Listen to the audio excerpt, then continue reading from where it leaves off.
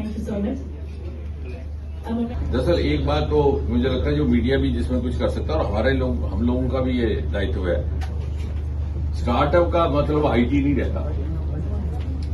हुआ क्या कि वहां विदेश से कॉन्सेप्ट आया, बंगलौर में लैंड हुआ, वो आईटी हफ्ता हमने सोचा आईटी। वो लगता है कि कोई बहुत बड़ा पीएचडी हो, कोई बड़ा साइंसदान हो तो वो स्टार्टअप कर सकता है। ऐसा नहीं है। हमारे ये जो बच्चे हैं इनमें से कई लोग ग्रेजुएट भी नहीं है। और हिन्दुस्तान के लिए जो एक्सक्लूसिव हमारा सेक्टर है वो है एग्रीकल्चर।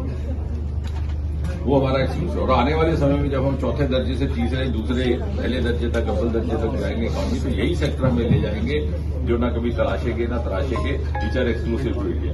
उसमें एग्रीकल्चर हमारा हिमालयन, ये सारा जो अरोमा और फ्लोरिकल्चर है, ये सारा हिमालयन सोर्स है। उसी तरह हमारा समुद्र तक 11,000 किलोमीटर लंबा हमारा समुद्री तट है। अब हमने वहां भी डीप ओशन मिशन शुरू किया है और इतनी बड़ी संपत्ति वहां पे छिपी हुई है, मिनरल्स, माइंस, फिशरीज, जो किसी ने देखा नहीं आज तक। और तीसरा स्पेस, जो पहले तक ऑलमोस्ट डिजिटल इकोनॉमी आज $8 बिलियन हो गया और हमारा 10 साल में 5 गुना बढ़ा। तो ये वो सेक्टर जिनको मोदी जी के आने के बाद तलाशा जाने लगा, ये हमारी वैल्यू एडिशन करेगी इकोनॉमी। और जहां तक अरोमा का ताल्लुक है, इनका कहना ठीक है कि क्योंकि उसमें बहुत सारा मुनाफा होने लगा। छोटी शीशी असर की 15-15 हजार की बिकने लगी, 25 लाख। जम्मू कश्मीर के ताल्लुक से हम 4 रडार और लगाने वाले हैं, 3 पहले से ही थे। इससे क्या होगा कि जरा डिस्टेंस वाइज आपका ज्यादा स्पेसिफिक हो जाएगा। श्रीनगर में हमारा रीजनल आईएमडी सेंटर है जो 100 साल से ज्यादा पुराना है, क्योंकि ये विभाग 150 साल पुराना है। श्रीनगर का सेंटर आरंभिक दिनों में बना था, श्रीनगर शिमला इत्यादि। उसी तरह का हम जम्मू में भी एक बनाने की योजना कर रहे हैं। नेक्स्ट जो आईएमडी सेंटर्स देश भर में रीजनल सेंटर्स बनेंगे, उनमें से एक जम्मू है। तीसरा ये है कि क्लाउड बर्स्ट को लेकर के और अर्थक्वेक को लेकर के एग्जैक्ट फोरकास्ट कभी नहीं रहता, दुनिया भर में कहीं नहीं रहता। रेनफॉल का होता है, जो तब भी हुआ था, आजकल भी होता रहा और काफी प्रिसाइज होता है। लेकिन हम अब ये कोशिश कर रहे हैं कि क्लाउड बर्स्ट को कंट्रीब्यूट करने वाले जो फैक्टर्स हैं उनको स्टडी करने की कोशिश की है। क्योंकि क्या होता है कि एक जगह पे, एक मखसूस जगह पे कहीं ऐसा मॉइस्चर आ गया, वहां पे टेम्परेचर ऐसा गर्म हो गया तो एक एक्सप्लोसिव बन जाता है। तो वो कौन कौन से ऐसे फैक्टर्स हैं जो कंट्रीब्यूट करते हैं, अगर उनका अनुमान हो जाए तो हम एटलीस्ट एक पॉसिबल वार्निंग, वार्निंग दे सकते हैं।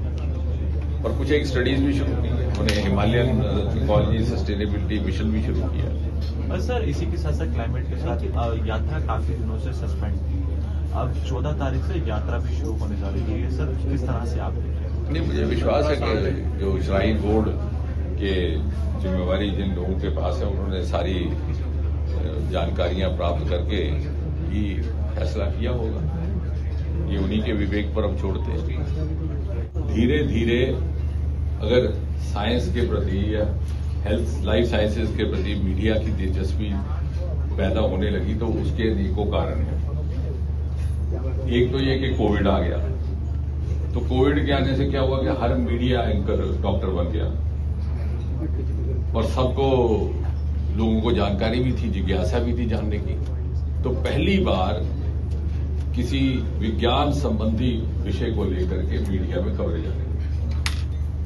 क्योंकि एक राष्ट्र के जीवन में, समाज के जीवन में इस तरह के कई मरहले आते हैं, ऐसे टर्निंग पॉइंट्स आते हैं जिससे हमारा परिप्रेक्ष्य बदलता है।